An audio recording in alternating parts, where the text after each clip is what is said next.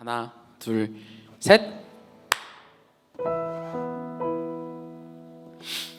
할렐루야 더드림 예배에 계신 여러분들을 다시 한 번 더 환영합니다. 오늘 선생님이 기도하고 우리 예배 시작하도록 하겠습니다.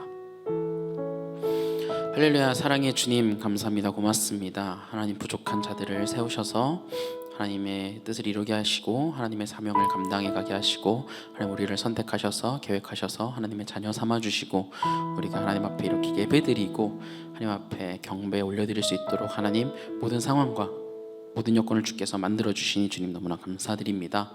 하나님 우리가 이 자리에 모여서 하나님 앞에 드리는 이 예배 시간 하나님께서 귀하게 받아주시고 하나님 우리가 드리는 찬양 주께서 기뻐 받아주시옵소서. 모든 것 주님께 감사드립니다. 예수님의 이름으로 간절히 기도드렸습니다. 아멘. 하나, 둘, 셋, 넷.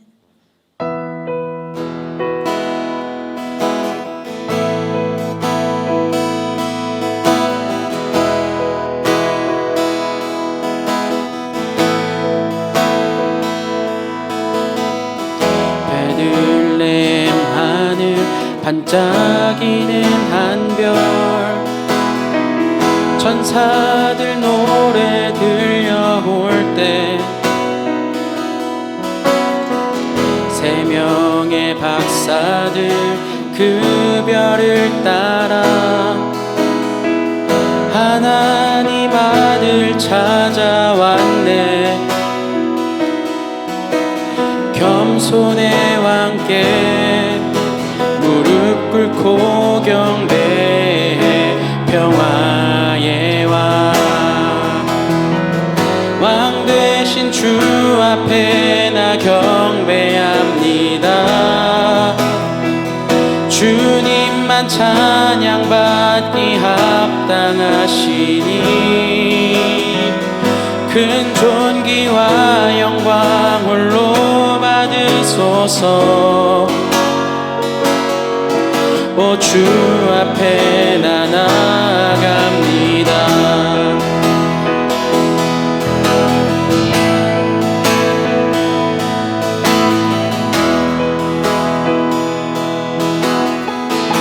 햇살보다 밝게 햇살보다 밝게 빛나는 주의 영광 모든 어둠 물리치네. 누구도 주 앞에 다가설 수 없네. 주의 거룩한 보좌 앞에 오직 주의 보혈 주의 긍휼을 의지하여 나가리. 왕 되신 주 앞에 나 경배합니다. 주님만 찬양받기 합당하시니 큰 존귀와 영광 홀로 받으소서. 오 주 앞에 나 나아갑니다. 왕 되신 주 앞에 나 경배합니다. 주님만 찬양받기 합당하시니 큰 존귀와 영광 홀로 받으소서. 오 주 앞에 나 나아갑니다.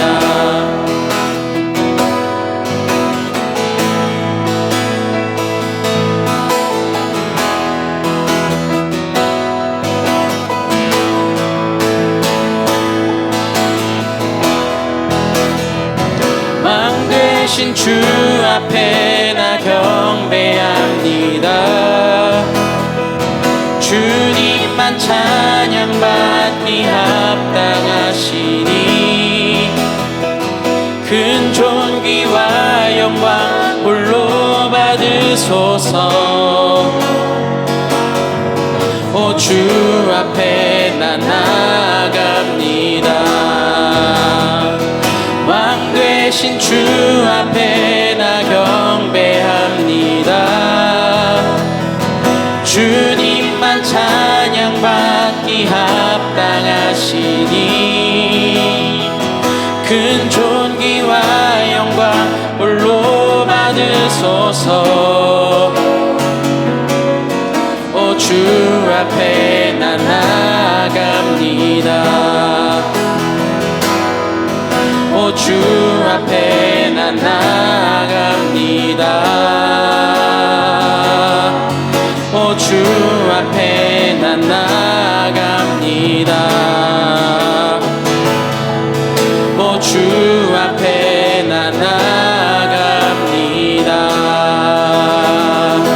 할렐루야.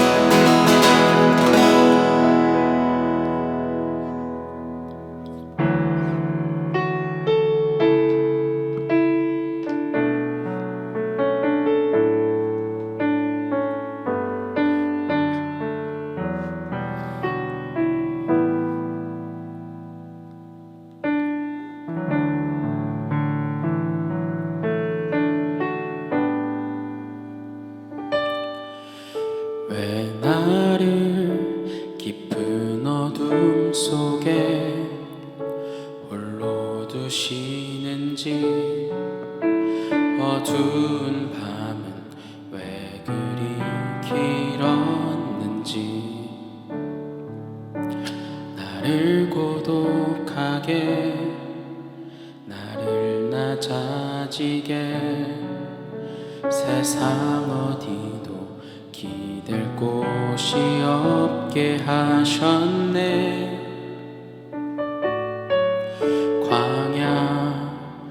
광야에 서 있네.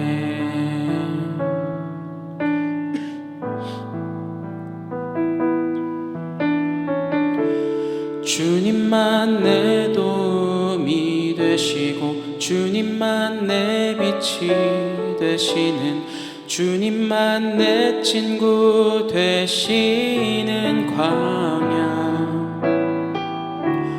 주님 손 놓고는 단 하루도 살 수 없는 곳 광야에 서 있네.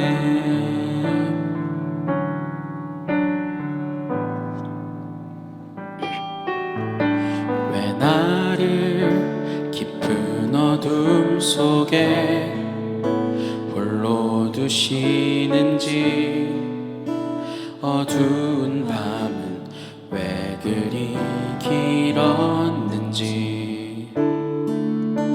나를 고독하게 나를 낮아지게 세상 어디도 기댈 곳이 없게 하셨네.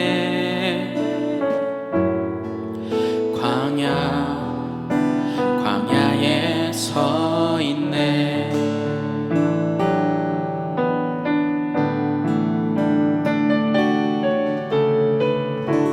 주님만 내 도움이 되시고 주님만 내 빛이 되시는, 주님만 내 친구 되시는 광야.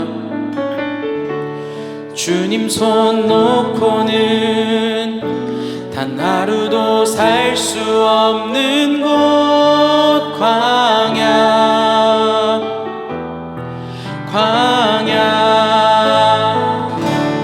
주께서 나를 사용하시려 나를 더 정결케 하시려 나를 택하여 보내신 그곳 광야.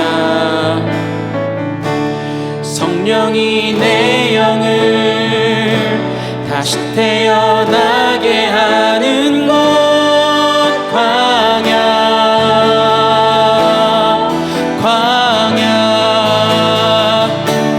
주님만 내 도움이 되시고 주님만 내 빛이 되시는, 주님만 내 친구 되시는 광야.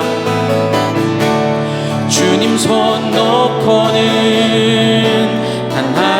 살아도 살 수 없는 곳 광야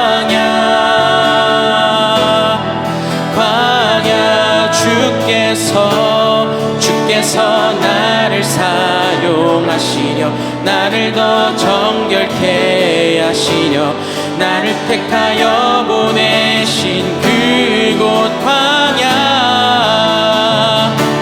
성령이 내 영을 다시 태어나게 하는 곳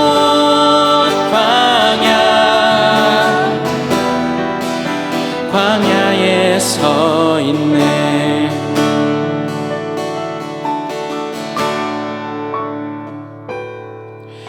내 자가 산산이 깨지고 높아지려 했던 내 꿈도 주님 앞에 내어놓고 오직 주님 뜻만 이루어지기를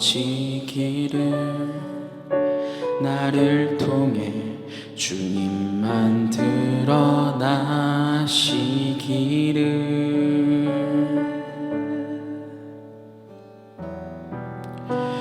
광야를 지나며 자 기도하겠습니다. 할렐루야. 사랑의 주님 감사합니다. 고맙습니다. 우리가 삶을 살아가면서 나 홀로 있다고 느껴질 때나 하나님 내가 광야를 걸어가고 느껴질 때가 하나님 너무나도 많습니다. 하나님 그리고 그때마다 정말 주변 사람이라든지 주변 환경이라든지 가끔씩은 내 편이 아무도 없는 것처럼 느껴질 때가 하나님 가끔 있습니다. 하나님 우리가 살아가다 보면서 하나님과 함께 있고 또 주변 친구들로 인해서 주변 환경들로 인해서 주변 상황들로 인해서 기뻐하는 순간도 많을 텐데 하나님 그 찰나에 하나님 어려운 순간이 오고 아픈 순간이 올 때면은 하나님 그 전에 있었던 모든 기억들이 정말 어디로 갔는지 정말 홀로 남겨져 있는 그 외로움을 절실하게 느껴질 때가 있습니다. 하나님 그 가운데서 우리가 좌절하여서 낙담하여서 길을 잃어버릴 때에도 하나님 우리가 하나님 바라보길 원합니다. 왜냐하면 우리가 정말 홀로 남겨져 있다 느껴질 때에도 하나님께서는 늘 우리 옆에 계셨고 우리와 함께 계셨고 또 함께 계실 주님이심을 우리가 믿고 고백하기 때문입니다. 하나님 우리가 그래서 언제나 변치 않으시고 우리와 함께 계시는 하나님을 바라보길 원합니다. 하나님 우리 마음 가운데 주께서 함께해 주시고 우리의 연약한 마음을 주께서 붙들어 주시옵시고 우리가 살아가는 가운데서 하나님을 다시 한번 바라보고 동행하면서 하나님과 교제하며 살아갈 수 있는 우리들이 될 수 있도록 하나님 역사해 주옵소서. 하나님 오늘 말씀 전하시는 부자님 가운데서도 함께해 주사 하나님 그 말씀을 통하여서 하나님 우리의 삶이 변화될 수 있도록 하나님 인도해 주시고 그 말씀으로 우리의 신앙이 다시 한번 더 성장할 수 있도록 하나님 역사해 주시옵소서. 이 예배가 끝나는 순간까지 함께 하실 주님을 찬양합니다. 모든 것 주님께 감사드립니다. 이 모든 말씀 높고 거룩하신 존귀하신 예수 그리스도 이름으로 간절히 기도드렸습니다. 아멘.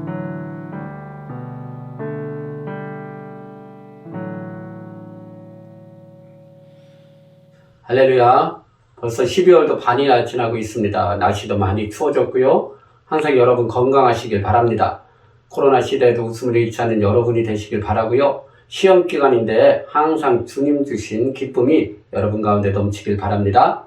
오늘 말씀 보겠습니다. 오늘 말씀은 이사야 55장 8절과 9절입니다. 제가 읽겠습니다. 이는 내 생각이 너희의 생각과 다르며 내 길은 너희의 길과 다름이니라. 여호와의 말씀이니라. 이는 하늘이 땅보다 높음 같이 내 길은 너희의 길보다 높으며 내 생각은 너희의 생각보다 높음이니라. 아멘. 그동안 제가 여러분에게 부족했지만 전했던 말씀들을 한번 쭉 돌이켜 보았습니다. 매번 제목들은 달랐지만 포괄할 수 있는 주제들로 카테고리로 묶어보면 몇 가지로 주제를 정할 수 있을 것 같습니다. 첫째는 하나님은 우리의 힘이 됩니다 라는 주제이고요. 둘째는 하나님과 동행하시기 바랍니다 라는 주제입니다. 셋째는 하나님의 위대하심을 결코 우리가 판단할 수 없다라는 것이었습니다. 이런 세 가지 주제 카테고리에서 셋째 카테고리를 인용해 저는 오늘 여러분들에게 본문 말씀을 통해 하나님의 관점과 사람의 관점이라는 주제를 갖고 함께 은혜를 나누고자 합니다. 우리는 성경을 통해 하나님과 우리의 생각이 다른 여러 가지 많은 사건들을 볼 수 있게 됩니다. 욥에 대해서도 말씀드렸지만 욥을 통해 하나님이 우리에게 하신 말씀은 결코 우리는 하나님의 위대하심을 판단할 수 없다는 것을 말씀하고 있다는 것입니다. 여러분 혹시 이스라엘의 악한 왕으로 대표되는 인물인 아합 왕을 아십니까? 북이스라엘의 왕이었던 아합은 성경 속에서 가장 악한 왕으로 묘사됩니다.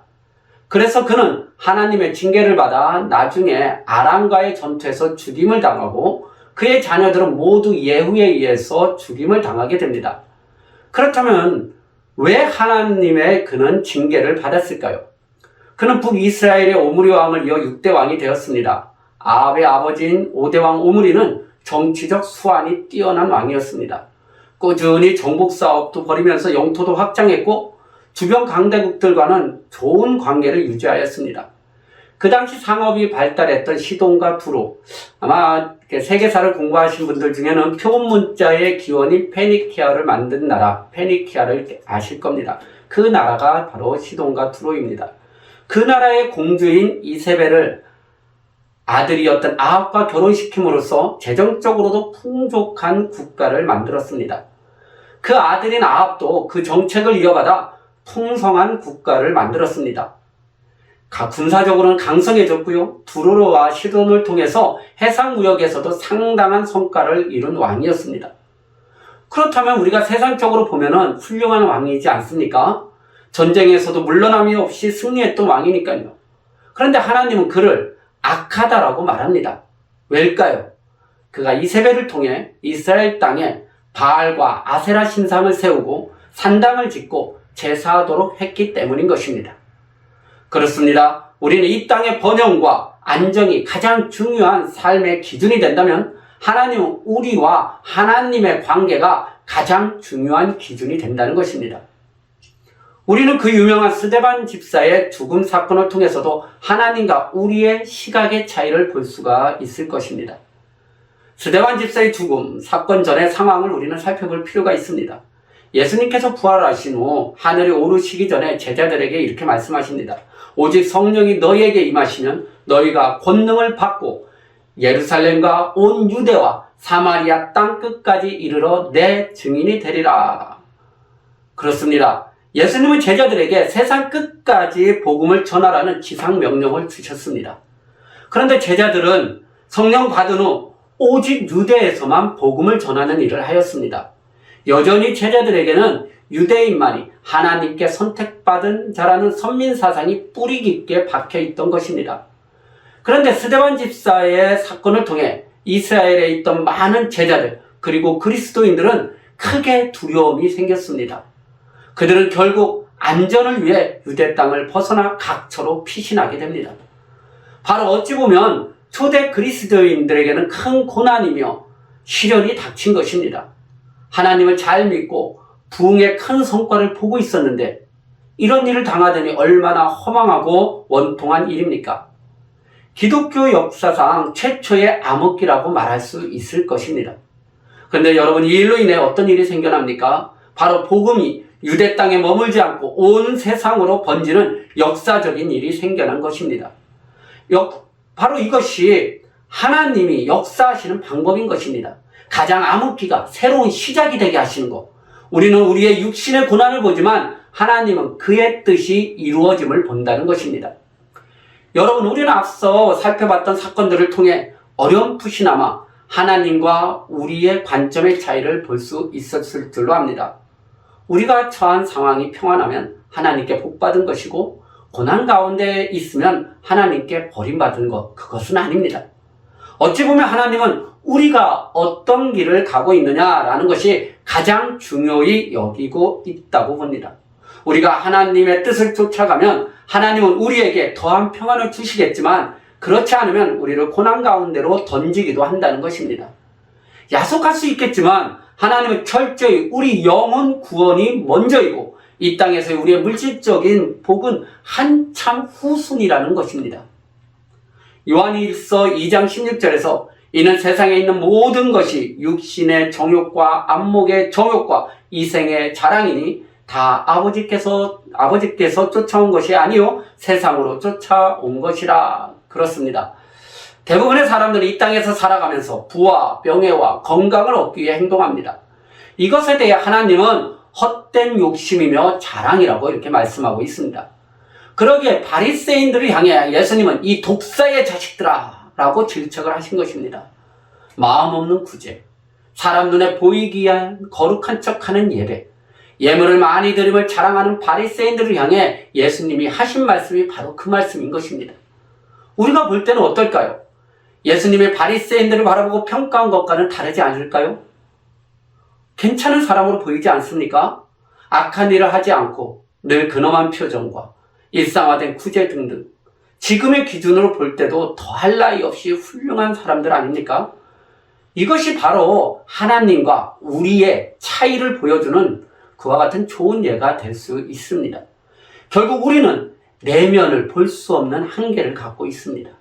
겉모양을 보고 사람을 판단하고 겉에서 드러나는 일들만 보고 그 상황을 이해하고 평가할 수밖에 없다는 것이죠. 그 반면에 하나님은 결코 겉을 먼저 보지 않으신다는 것입니다. 먼저는 항상 그 마음이 우선입니다. 그 중심이 어떠한가, 어떤 일의 의도가 무엇인가 라는 것을 항상 먼저 보시는 분이 우리 하나님이라는 것입니다. 그렇게 바리새인들이 세상 사람 앞에서 그럴듯하게 포장한 그 겉을 본 것이 아닌 텅 빈 마음, 그 텅 빈 마음에 헛된 욕심들로 가득 찬 마음을 보셨기에 그들을 꾸짖으셨다는 것이었습니다. 저는 학원을 운영하고 있습니다.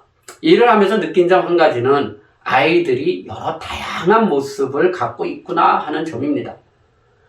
집에서는 부모에게 순종적이고 상냥한 아이가 학교에서는 막무가내의 모습을 보이기도 하고 친구들 사이에서는 포용력 있는 리더의 모습을 보이기도 합니다. 그래서 부모님과 아이에 대해서 상담하다 보면 너무나도 다른 모습에 대해서 이야기하게 되어 자칫 오해를 불러일으킬 수도 있었습니다. 이렇듯 우리는 각자의 입장에서 자신이 갖고 있는 경험과 지식의 한도 안에서 생각하고 판단하게 된다는 것입니다. 바로 장님 코끼리 만지기와 같다는 것이죠. 어떤 자는 다리를 만지고 그 코끼리는 기둥처럼 튼튼하다고 이야기할 것이고 어떤 자는 쥐를 만지고 넓은 부채와 같다라고 이렇게 이야기할 겁니다. 어떤 자는 코를 만지고 나면 길쭉하다라고 이야기할 겁니다. 그리고 그것이 다 있냐 이야기합니다. 바로 일반화의 오류인 것이죠. 우리는 어떤 것을 판단할 때 결코 완벽할 수가 없다는 것을 우리는 인정해야 되는 것입니다. 말씀을 정리하겠습니다. 여러분, 결코 우리의 판단을 절대시하지 마시기 바랍니다. 우리는 부족하며 극히 일부만을 볼 수 있을 뿐입니다. 그러니 모든 것을 아시는 하나님을 의지하시기 바랍니다. 나의 생각으로 하나님의 일을 판단하지 마시기 바랍니다.